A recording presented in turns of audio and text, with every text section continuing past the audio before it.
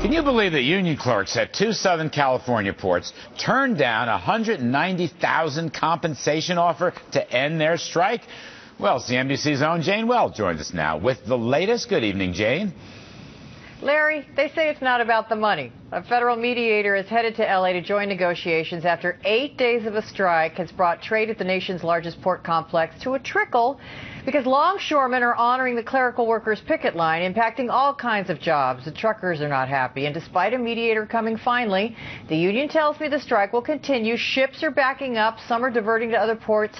Companies like Home Depot say it's starting to impact their supply chains. And, of course, it's not just impacting imports, but American companies exporting to Asia. Here's the issue. Again, doesn't appear to be about the money. The 800 clerical workers are being offered a raise, bringing total compensation to an average of $195,000, half of that being salary. Now, that's an 18% increase, plus up to 11 weeks worth of days off and guaranteed job security for current employees. Wow. So what's the problem? Well, the union doesn't believe guaranteed means guaranteed. It wants language in the contract promising no jobs will be outsourced. They say management is outsourcing jobs. Management says it's not. Management claims there's 29% absenteeism because of all the days off.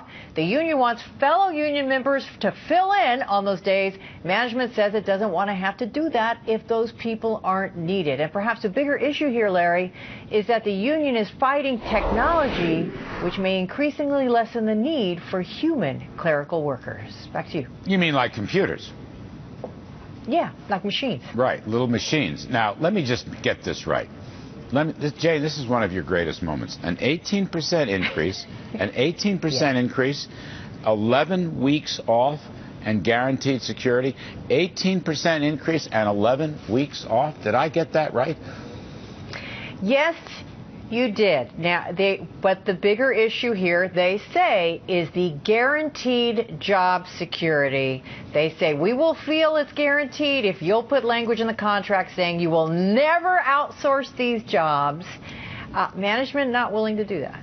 I don't know of anybody that has 100% guaranteed job security. I didn't even know such a thing was still debated and argued. That's incredible. What a story. Well, many thanks. I guess many thanks. Always many thanks to Jane Wells. You didn't do that and make it up. This is the real McCoy. So now, question is, will President Obama have the courage to end this strike? Here now is Justin Wilson. He's managing director at the Center for Union Facts. Justin, welcome back. Under the Taft-Hartley law, President Obama can step in for, what, an 80-day cooling-off period to end this strike. Is there any evidence, any sense at all that he will do it? Well, it has become an increasingly rare opportunity for the president to actually intervene in strikes. I think in large part, frankly, because strikes are becoming increasingly rare. We are at a near record low for the number of major work stoppages in this country. But, you know, in the last month following the president's election, we've seen 5 different major labor actions between Hostess, unions going after Walmart, unions trying to unionize fast food restaurants in New York, and most recently trying to shut down a lot of the airlines on Thanksgiving break. It's pretty clear the unions feel that they have the wind at their back when it comes to what the state of the labor law is and where the president is at with respect to his enforcement of it. Well, the old Taft-Hartley law was called the National Labor Relations Act. And that, of course, spawned the National Labor Relations Board. And that, of course, is something I guess they'll never intervene against union. The question I ask you, I come back to this again. Have the business people involved. I mean, they're cutting off the supplies. They're cutting off the economy down there. This is not the time to do that. California is one of the worst economic basket cases in the state. Has anyone appealed to the president or, heaven forbid, the National Labor Relations Board to put a Taft-Hartley injunction in place? Has anyone even talked about it? Is it in the newspapers? Is it in the buzz? Yeah, I mean, there's definitely a buzz about it. The National Retail Federation has already put out the word and asked the president to intervene, as well as many others have started looking at it. There's a process that has to take place. When did they ask? Excuse me, Justin, so don't mean to be disrespectful. When did no, it's fine. When did the National Association of Realtors ask the president to intervene? Do you have any sense what the timing was? You know, I don't know the exact timing. I hate to say that. There is a process that involves the president convening a board. The board investigates what's going on to determine whether or not there's a bargaining impasse. There has to be an assessment as to whether or not not this actually is of national security or national importance with respect to trade and commerce. The last time this actually was successfully invoked was by President Bush, when the same union did the same thing in a different set of ports.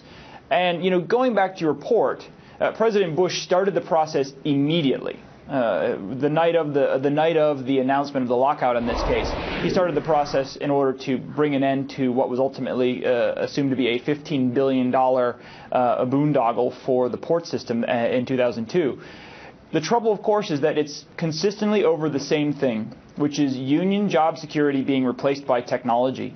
In 2002, the union was upset because barcode scanners, like we've got in grocery stores, were potentially capable of replacing people with clipboards. Right. In this case, that's what Jane Wells was saying. I mean, Jane was saying that. They're being replaced by technology, obviously by computers. But, Justin, let's just step back for a minute. 190,000 total comp? 190,000 total? I don't know. Teamsters. I mean, we talked to the Bakers Union when Hostess went down. They weren't talking about 190,000 total compensation. These are the highest paid union guys. These are among the highest paid people in America. These are people that are just about going to qualify for Obama's tax on rich people. So there's a separate labor law called the Railway Labor Act that prevents stuff like this from happening, because it goes way back to when you could have a single set of unionized switch operators turn an entire railroad off by going on strike. Unfortunately, it does not apply to the ports. And as a result, we have the same thing going on. This goes back to the robber barons on the Rhine in Germany. You used to have these barons who would hold up all the shipping on the Rhine and demand huge sums of money so that ships could pass. And this is the same kind of thing. You've got 800 people holding an economy hostage over the fact that they don't want a few people potentially being replaced. I mean, there ought to be a trespassing charge here. I mean, these are union robber barons. Exactly. I mean, that's exactly what's going on. They're screwing up the supply chain. Okay, Home Depot and others can't get it. It's going to get worse and worse. Food is going to be involved pretty soon. This is the Christmas holiday season. I mean, this is what the SEIU did on Thanksgiving weekend. You remember that? They tried to close down those airports. I had the woman on here, the president of the SEIU. She could have cared less. She said, we got to have fair wages for men and women. These guys got to have fair wages too. 190,000. That's just great. That's fair. The union this union of 800 people has found themselves in a corner of the economy where everyone says, just solve the problem.